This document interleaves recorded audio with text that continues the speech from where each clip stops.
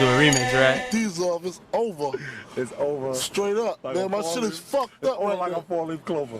Yo, man, I don't even understand why I got to be be subjected man. to such shit. I knew that rap music was corrupt and ran by Satanist elitist groups with the main interest of brainwashing the fans in mind.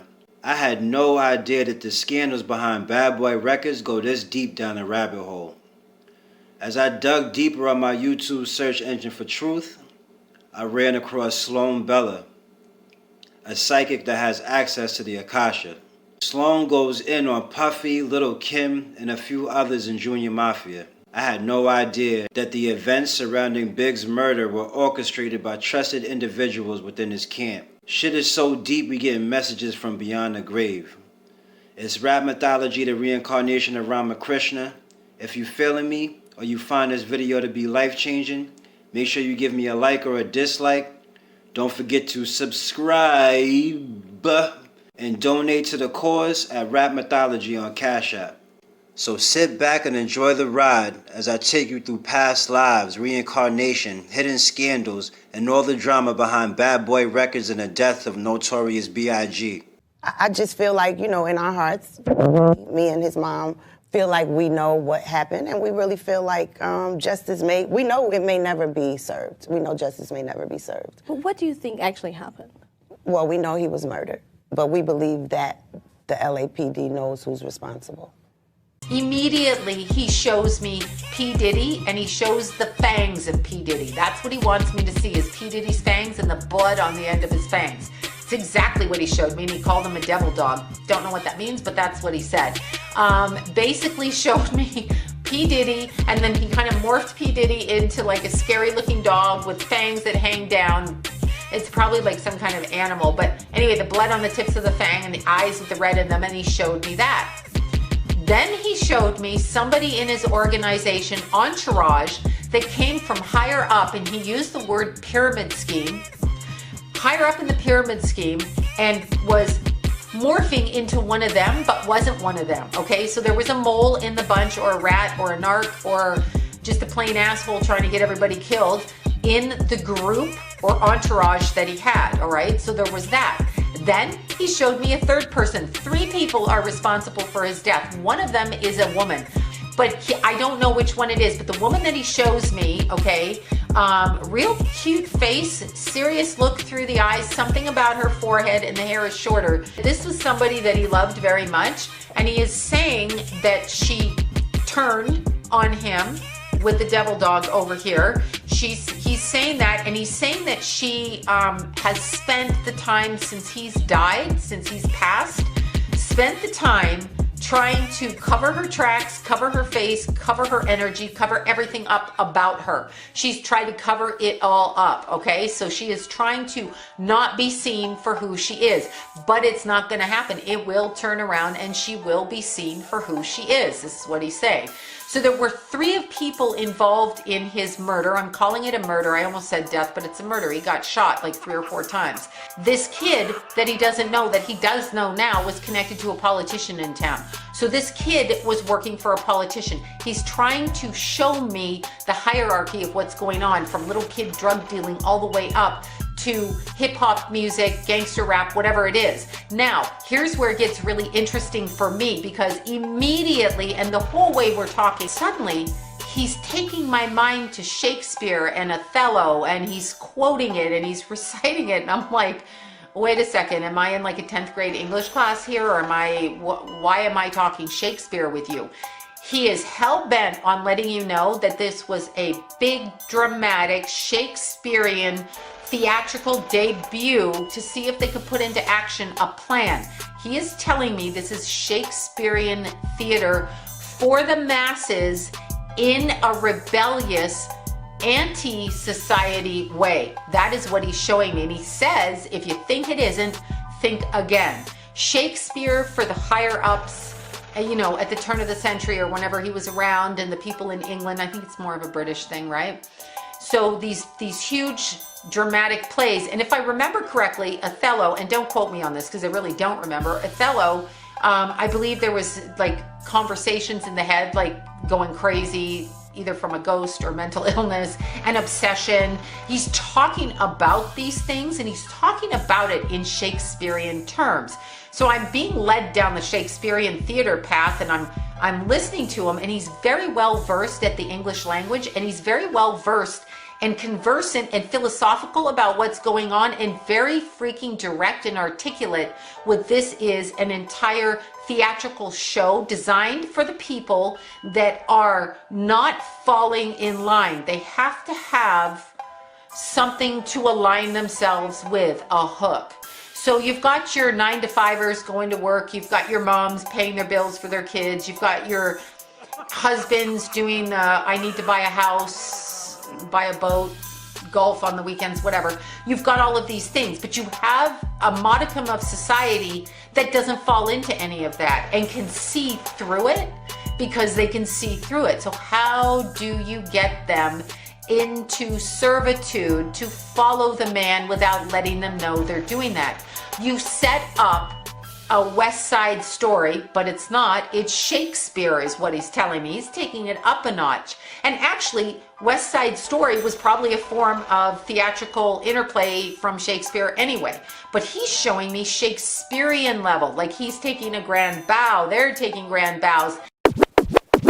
All the time, my rhyme somewhat Shakespearean. When I'm smearing in, tongue kissing my lawyer at my hearing in. My rhyme somewhat Shakespearean. When I'm smearing in.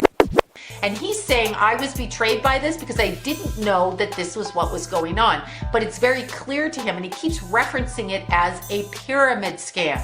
And for the kind of music that he was doing at the time and who he was dealing with, this was Shakespearean for his people, for his fans, for his base. This is what he's saying, and I can't stop saying it, so I'm going to say it. I was shocked when I heard that. No one has ever come through and said it. So he is quite well versed in English literature, history, and all of those things, but especially in the pyramid scheme that he's talking about. Now, at the time of his death, he was romancing several women. He would become obsessed with consuming a woman around him until he was no longer obsessed. And sometimes he didn't pay attention to the energy of the woman and why he was so drawn to her, so drawn. So that Moon-Pluto conjunction was so intense with the sexual heat that he just went straight over there. And once he was locked in energetically, there was no getting unlocked energetically. There was so much of that with him.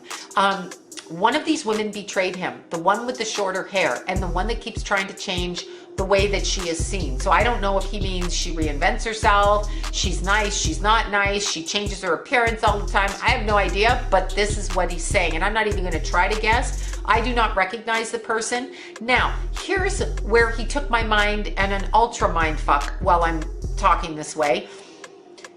Okay, so we've got New York, we've got LA, and he died in LA, in Los Angeles, California, West Coast. We've got East Coast, and he's a member of both coasts.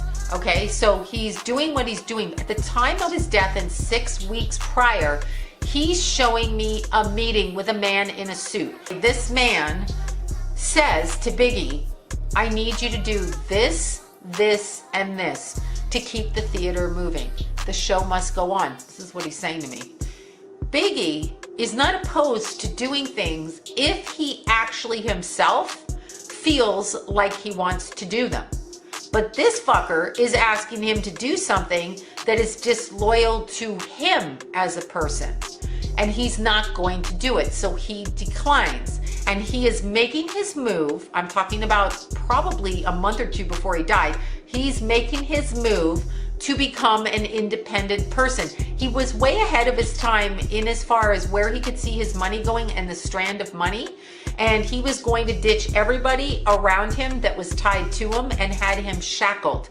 He lifts his hands, shows me the shackles, and he was letting go of them because it was him that was creating what he was doing. And he had this whole idea, like he was kind of a visionary, because he's showing me ahead like 10, 15 years and where he wanted to take his music and what he wanted to do and how he wanted to play his role and move his character.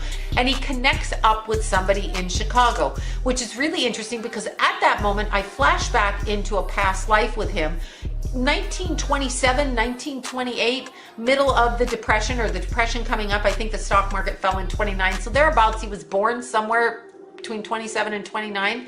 And he started off in his most recent past life working for Bugsy Siegal. That's a weird thing to say. That's what I'm going to say. But I feel like his life ended short. Same way, well, different way. He wasn't a musician, but he came back in and did it again. So a lot of the people that you're watching in his immediate circle that we see came from that lifetime, came back and came into this level of theater, came from that theater and came into this level of theater, high stakes theater. It was high stakes back then, but it's high stakes now. So he's showing me this and he can't believe that he got killed. But the connection is in Chicago. The woman, the cop, the rat, the undercover cop, the hidden cop, the mole, sounds like Russian now, but anyway, the mole, and then the devil dog over here, otherwise known as P. Diddy. All three of them are involved in this. All three of them, this is like a unit over here. The woman aligned herself over here. It was all about aligning yourself. Now, what I feel about that, what he makes me feel about that, is within the context of this period scheme, when you are afraid and you are afraid for yourself, you're going to align yourself. And that's what he's saying happened. He did not turn his back on people, and that is why he's dead. I do see a hand over his face.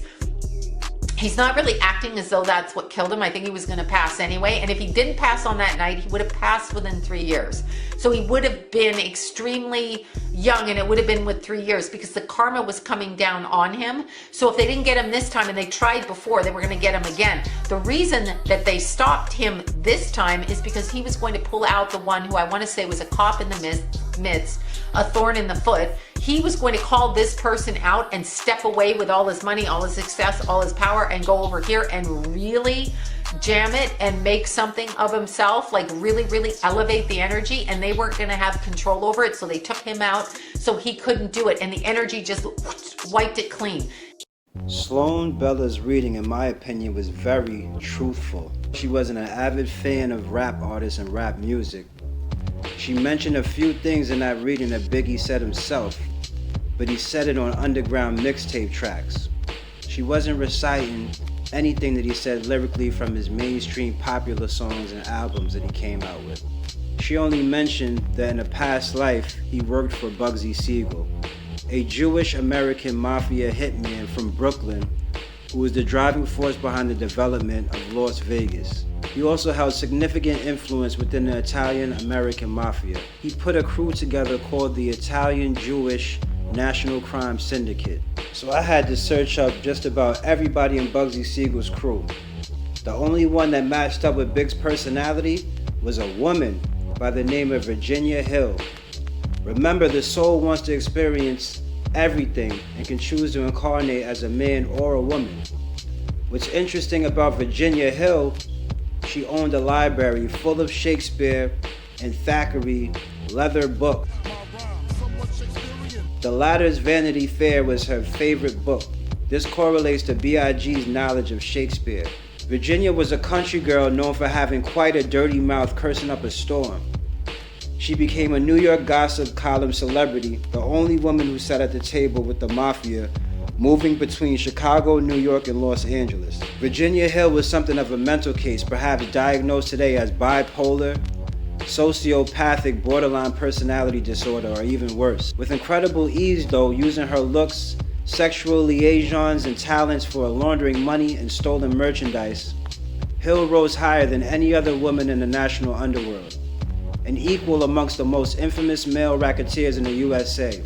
Among them, Meyer Lansky, Joe Adonis, Frank Costello, Johnny Roselli, Charles and Joe Fischetti, Tony Accardo, Frank Nitti, which was a name of somebody in Biggie's crew, William Icepick Willie Alderman, Jack Dragner, and most famously Benjamin Bugsy Siegal. Hence you have Junior Mafia. Now Big was a little crazy himself. Big was spitting some crazy shit when he first came out, He was talking about rape, murder, robbery, suicide, fashion, and woman. The whole player theme came a little bit later. Virginia Hill also lived her life as a player when she was young as well. But Big was a little crazy though. His first album was titled I'm Ready to Die. Death and suicide was an ongoing theme on both of his albums. So it turns out Virginia Hill died March 24th, 1966. She committed suicide by overdosing on sleeping pills. She died in Salzburg, Austria. I believe she was on the run. She was 49. Virginia and Bugsy Siegal dated and they were pretty tight. Bugsy was able to have her all to himself because he scared off the competition. The story goes that Virginia had set up Bugsy though and played a role in his death or his murder. This could explain the karma and role reversal in the reincarnation. Lil Kim could possibly have been Bugsy Siegal.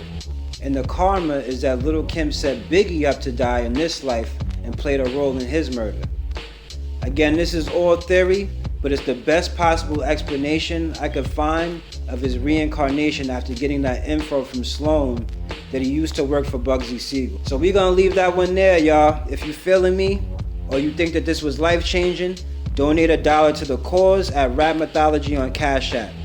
Give me a like or a dislike and subscribe. It's the reincarnation of Ramakrishna, a Hayoka empath, and I'm kicking brand new flavor in your ear, that brand new flavor in your ear.